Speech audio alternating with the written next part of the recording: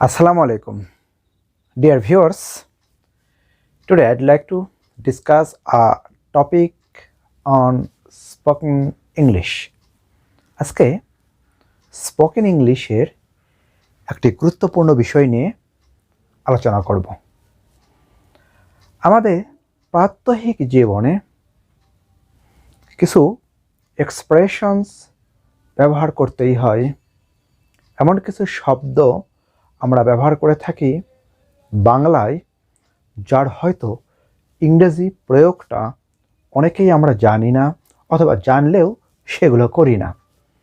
তো এই কিছু এক্সপ্রেশনসের একটু আলোচনা আজকে আমি করব। সেটি হলো যে কখনো কখনো আমরা ব্যবহার করি যে কিভাবে এমনটি হলো, কি করে তুমি এমনটি করলে। ওকে, আসলে কিভাবে বা কেমন করে এর প্রতিশব্দ ইংরেজিতে আমরা সাধারণত হাউ ব্যবহার করি।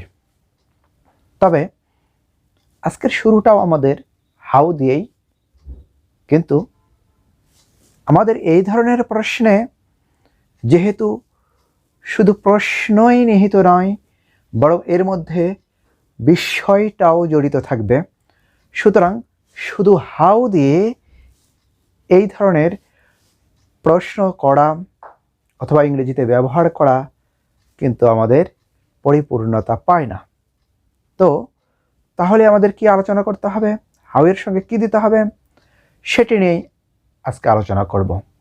সেটি হলো হাউ কাম। হাউ কাম আলোচ্য বিষয়, হাউ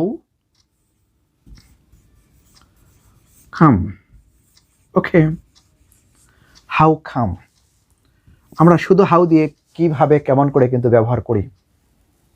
কিভাবে তুমি কলেজে যাও, how do you go to college.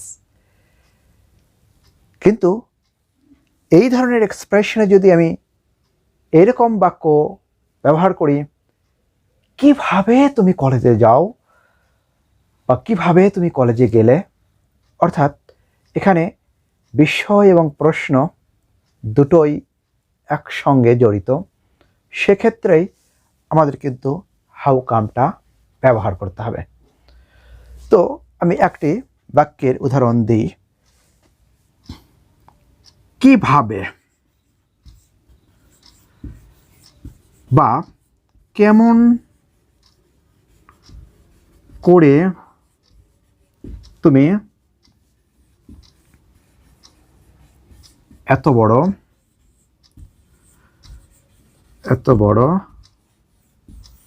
ভুল করলে।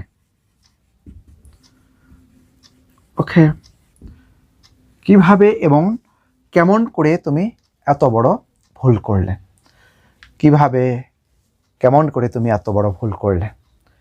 তো আমরা কিন্তু আসলে হাউ দিয়েই করতে পারি, কিন্তু এখানে শুধু প্রশ্নই জড়িত নয়, বরং এই প্রশ্নের মধ্যে একটা অবাক বিষয়, একটা বিস্ময় ভাব রয়েছে যে এত বড় ভুল তুমি কিভাবে করলে, কেমন করে করলে। এই এক্সপ্রেশনে, এই ধরনের বাক্যের ক্ষেত্রে আমাদের ব্যবহার করতে হবে হাউ কাম। How come. তো শুরুটা আমাদের হাউ কাম দিয়েই করতে হবে। যদিও কাম একটি ভার্ব, আমরা জানি যে কাম মানে আসা, তো এখানে আমাদের ব্যবহারটা ঠিক কিভাবে, কেমন করে, কেমনে, এই অর্থেই কিন্তু এখানে চলে আসবে। ওকে, এই হাউ কামটা জাস্ট একটা ফ্রেজের মতো কিন্তু প্রশ্ন করতে ব্যবহার করা হয়।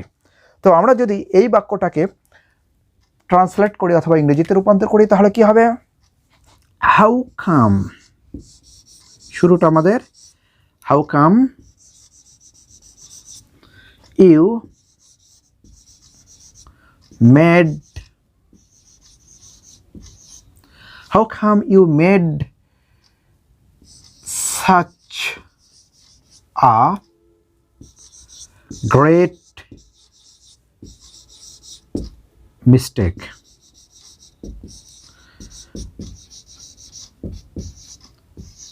How come you made such a great mistake. Great অথবা বিগ আমরা অনেক সময় ব্যবহার করি, তো আমরা জাস্ট শুধু ব্যবহার করার চেষ্টা করেছি যে how come you made such a great mistake, কীভাবে তুমি এমন একটি ভুল করলে।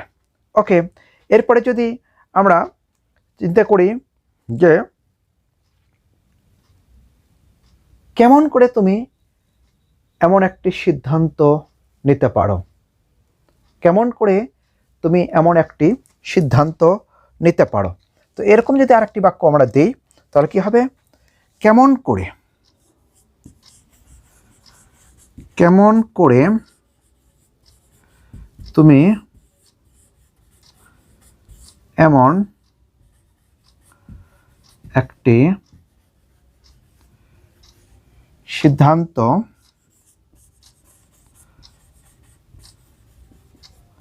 নিতে পারো।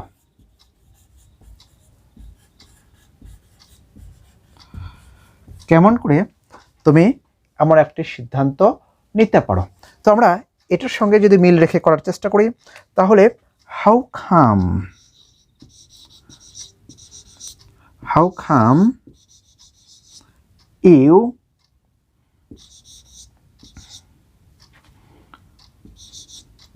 Can take such a decision? How come you can take such a decision? তো এটা যদি আমাদের পাস্ট থাকতো, কেমন করে তুমি এমন একটি সিদ্ধান্ত নিতে পারলে, how come you could take such a decision, কেমন করে তুমি এমন সিদ্ধান্ত নাও, how come you take such a decision, কেমন করে তুমি এমন একটি সিদ্ধান্ত নিলে, how come you took such a decision. Okay, তো আমাদের এখানে কেমন করে তুমি এমন একটি ভুল করো, how come you make such a great mistake, কেমন করে তুমি এমন একটি ভুল করতে পারলে বা এমন একটি বড় ভুল করতে পারলে, how come you could make such a great mistake. অর্থাৎ টেন্স যাই হোক, কিন্তু যদি আমাদের এক্সপ্রেশনে কেমন করে, কিভাবে, কি উপায়ে, এইরকম একটি প্রশ্ন যার সঙ্গে বিস্ময় জড়িত থাকবে, এই রকম এক্সপ্রেশনকে বাংলায় যদি আমরা ব্যবহার করে থাকি তার ইংরেজিতে করতে চাইলে আমাদের ব্যবহার করতে হবে হাউ কাম। তাহলে আমরা গঠন বা স্ট্রাকচার কি দেখতে পাচ্ছি, স্ট্রাকচারে আমরা দেখতে পাচ্ছি, আমরা স্ট্রাকচারটাও লিখে দিই, স্ট্রাকচার। ওকে, সেটি হলো শুরুটা হবে আমাদের হাউ কাম। ওকে, এরপরে আমাদের সাবজেক্ট আসবে, কর্তা প্লাস ভার্ব। তো আমরা যে টেন্সই ব্যবহার করি না কেন এই ভার্বটাকে সেই টেন্সেই রূপান্তর করতে হবে, প্লাস এক্সটেনশন। ওকে, অর্থাৎ এর সঙ্গে যদি আমাদের যা যা লাগবে এক্সটেনশন, কিন্তু শেষে বাক্যটা শেষে হবে note of interrogation. How come plus subject plus verb plus extension plus note of interrogation. তো গতানুগতিক যে ইন্টারোগেটিভ বাক্যে আমরা সাবজেক্ট দেখলে কি দেখি যে অক্সিলারি ভার্বটা সাবজেক্টের আগে, কিন্তু এই ধরনের এক্সপ্রেশনে, এই ধরনের ইন্টারোগেটিভ বাক্যে কিন্তু হাউ কামের পরে কোনো অক্সিলারি যে সাবজেক্টের আগে আসবে এমনটি ঘটবে না। অর্থাৎ সাবজেক্টের পরে ভার্ব যথারীতি ব্যবহৃত হবে, শুধু শুরুটা হবে হাউ কাম দ্বারা। তো নিশ্চয়ই নতুন কিছু শিখলাম। Let's keep practising. Thank you.